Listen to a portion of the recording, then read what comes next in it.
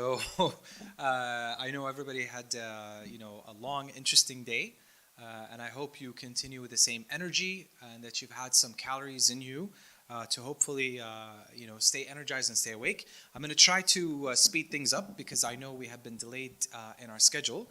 So let's get right into it. So just a couple of disclosures. I have nothing here that I'm sharing in my presentation that I think would be perceived as a conflict of interest. Anything that I say represents my own academic points of view, does not necessarily represent the universe, anybody that I work for or have worked at views, unless otherwise stated. All the images have been borrowed from beautiful Mr. and Mrs. Google, so all copyrights go back to them. So in terms of an outline, just give you a little bit of a background, talk a little bit about security in healthcare, just in case some folks here who may not be aware of the nature of healthcare and how computing plays a huge role in it. We'll talk about some preliminary results and the ongoing study and the strategies or implications for managers, and especially those of us that are joining us online. Hopefully, this will make sense. Those of you that have attended the opening session, you have seen or maybe you've heard me talk about this. If you haven't, well, let me just state it again. 88% of organizations worldwide experienced a spear phishing attempt in 2019. Data breaches are happening everywhere, but 36 billion records were unfortunately breached in the first half of 2020. And 95 or more than 90% of all of our cybersecurity attacks that are happening are caused by human error, right? So unfortunately, this is a huge problem. So I think what's unique, what's specific, maybe a lot of you are thinking, oh my goodness, if I get breached, if I get hacked, then I lose money, right? Oftentimes we associate this with administrative data or the financial data, but more specifically, the electronic health record data, EHR data, actually, in terms of value, out in the dark market, it would cost more than a stolen credit card number, right? We're getting a lot of information about this individual, their family history, their social history, what kind of medications they were on, and so on and so forth. I'm not going to talk about the socio-economic implications of this, but you can imagine. Again, maybe I'm preaching to the choir here. Many of you are experts in this field, but there's a whole gamut of vulnerabilities that we're dealing with altogether. When we talk or look at maybe the top ones, right? 65% are external attackers when it comes to some of our greatest vulnerabilities, right? When we look at the information security concerns, we've heard this multiple times, and I don't want to hammer on this too much, but malware infecting systems, right? What would happen if, God forbid, something happens here in Kuwait, such a small state, right, where many of our systems are connected with each other? And although this gives us an opportunity to link many information with each other, this also can be a great appetite for those that want to do harm, unfortunately. But also, and maybe here allow me to reflect on this a little bit, but healthcare is a quite complex ecosystem. It is not easy. It is not about I bought something, here's my bank account, debit my bank account, and give me what I want. It's not like that. There are many actors involved, and it's a system of systems of systems. There are legal requirements which vary by countries, sometimes even within the GCC. If we travel to, for example, the United Arab Emirates, the laws or regulations vary from Emirates to Emirates. There is a federal law or a federal regulation, but there are also some variety sometimes. But the sad news, maybe, or the good news, I don't know, however you want to look at it, right? There's no silver bullet solution here, right? So there are best practices that people share, but every context is different, and each healthcare system and the way it's set up and the challenges that it faces, are also quite different. So we need to keep that in mind. So you might be asking yourselves, Dari, come on, really? We hear about these millions of KDs or people trying to go and attack, for example, our oil company because that to us is more real. But in healthcare, why would they bother, right? So this actually happened. There are two very famous examples. MedStar in DC, which is kind of where I went to school for my PhD. that an attack happened, and also somewhere in Hollywood, Presbyterian Hospital, right, where this was also, there was a cybersecurity attack that happened, and it literally stopped the hospital from doing its business, right? So we're all here. We're super excited and say, yes, we want to digitize everything. We want to move in this direction. We don't want any papers. But then our system gets hacked, gets breached, gets stopped. And then what do? I have a patient at the operating table, and I'm not sure what kind of allergies this patient has. I'm not sure what medications are safe to prescribe for him or her, right? So on and so forth. So it can get really, really serious very, very quickly.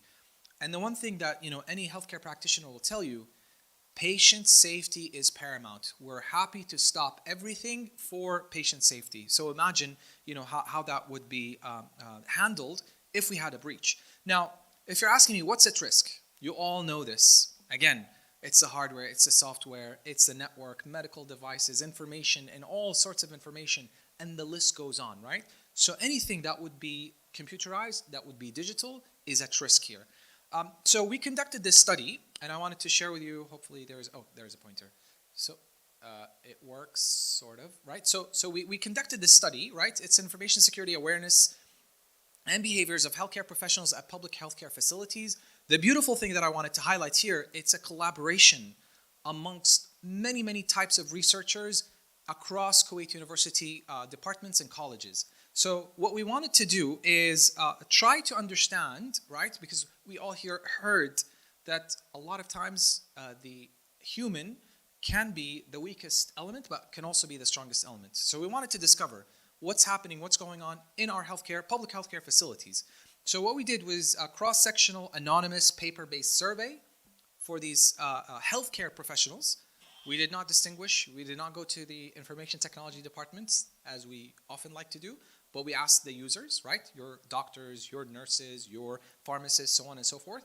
And we followed a similar study, which we kindly contacted them, and they provided us with their instruments, and we made adjustments according to Kuwait.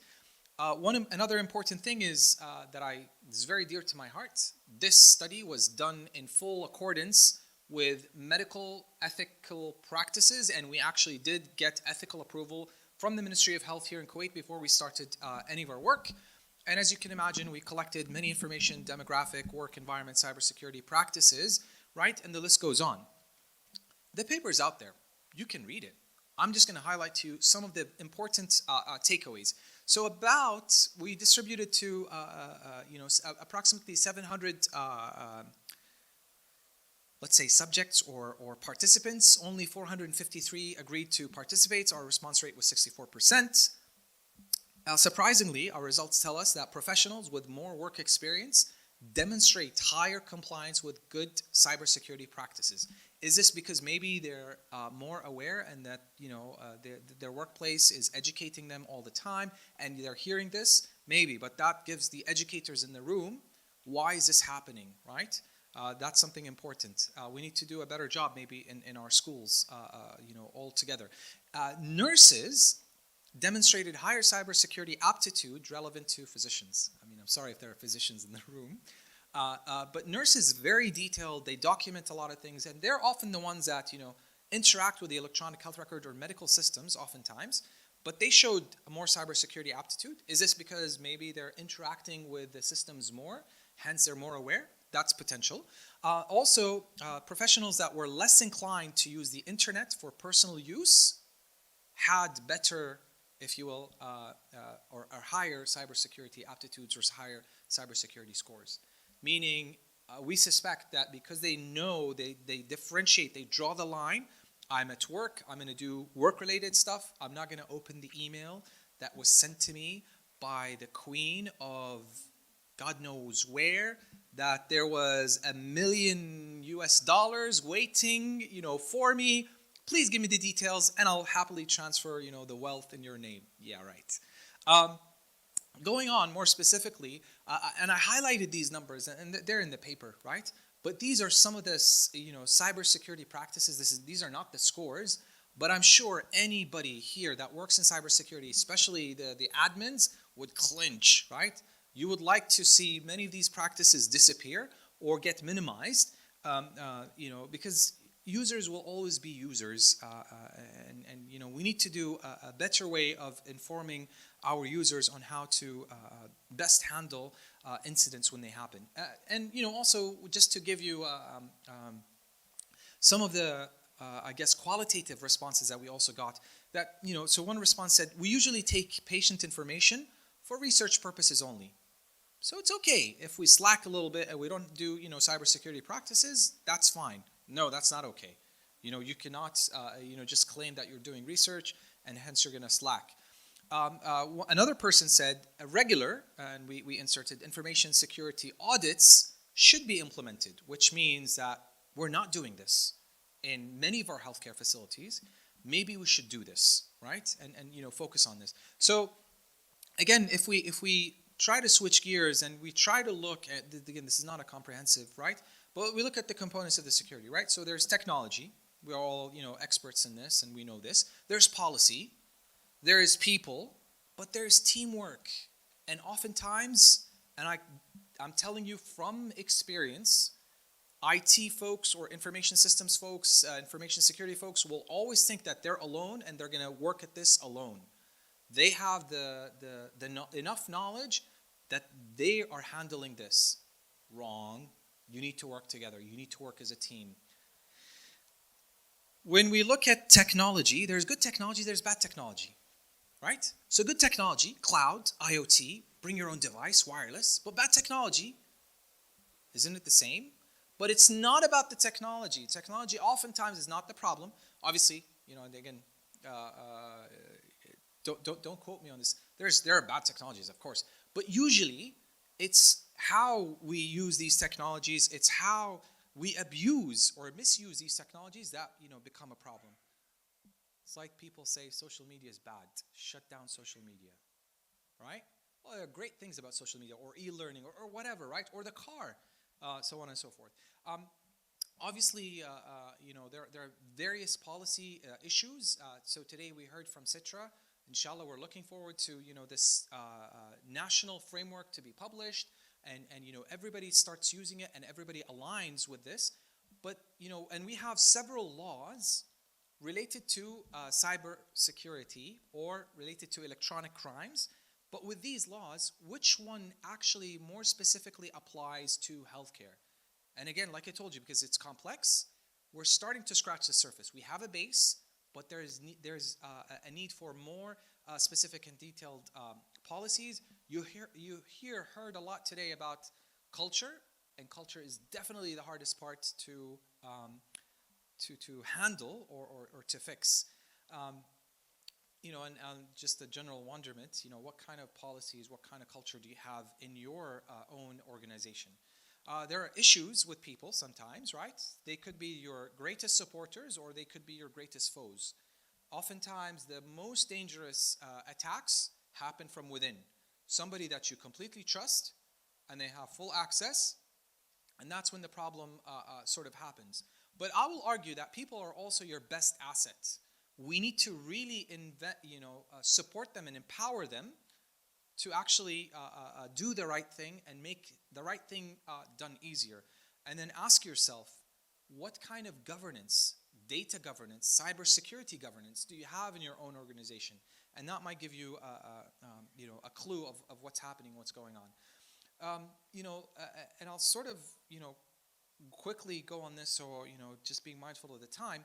But when we're trying to tackle some of these issues, let's compartmentalize things. Let's try to segment. We classify the data, and we have reliable testing methodologies to make sure that all the things that we have in place actually do work when they're supposed to work. It's one thing that you have a fire extinguisher somewhere, which I'm looking for one here. It's probably somewhere, right? But since I don't see it, then if God forbid something happens, how do we put out the fire? Hopefully the alarms, sprinklers, yeah, hopefully they work. Hopefully they work.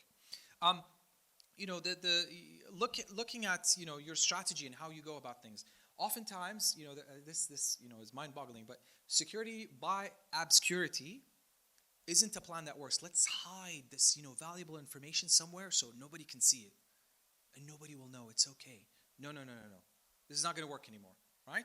We need to do better. We need to integrate our people, our policies, our technology, all sort of together. We need to document our work. I can tell you, at least for myself, when I worked in the industry and I was an admin, very, very sloppy documentation. And I know we might have some students here. No, we need to do better. We need to document what's happening, what's going on. Because again, something happens. Where are my sprinklers? Where's my switch? How do I turn them on or turn them off, or what have you? Test, and do more testing. Very, very critical. And I'll leave you with these final thoughts. We need to build a risk-aware culture and let risk assessments drive our strategies and priorities. Please, let's not be here. We're listening to all these fantastic, keywords and sometimes maybe even buzzwords, and then we think, oh, I'm going to do this because I heard this in a conference and it looks so nice. No, we need to have our strategy drive that.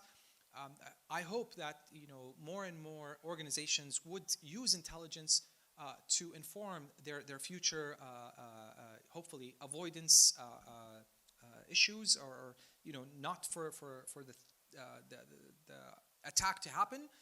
We need to secure our services by design from the start. Let's secure these by design. Control access and manage the identity lifecycle. I know we have some organization where it's a nightmare, but other organizations, everything is secured and it's processed and it's streamlined. You get the email from the human resources. Dari Alhuwail does not work here anymore. And it's a click of a button and then everything sort of freezes for this person. They cannot enter the building, they cannot access their emails, they cannot delete anything, right? So on and so forth. So there are things that we can do by design versus, وقعت الفورمة الفلانية. Did you get the signature from, this place? You need to go to this idara. This does not work, right?